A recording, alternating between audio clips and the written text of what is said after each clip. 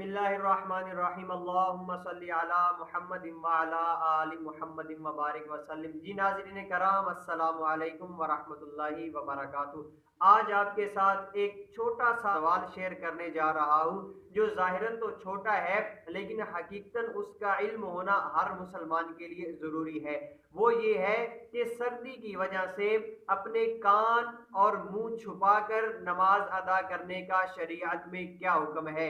तो देखिए, बाज लोग सर्दी की वजह से चादर या अपने ऊपर कोई कपड़ा ऐसे लपेट लेते हैं कि उनके कान भी छुप जाते हैं और उनका मुंह भी उसके अंदर छुप जाता है।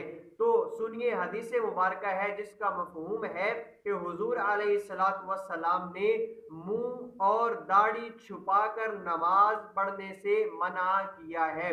तो पता चला कि अगर आप नमाज अदा करते हैं तो कान छुपा सकते हैं, लेकिन नमाज अदा करते वक्त अपनी दाढ़ी और अपना मुंह ये नहीं छुपा सकते। अल्लाह रब्बुल इज्जत अमल की तौफीक अता फरमाए।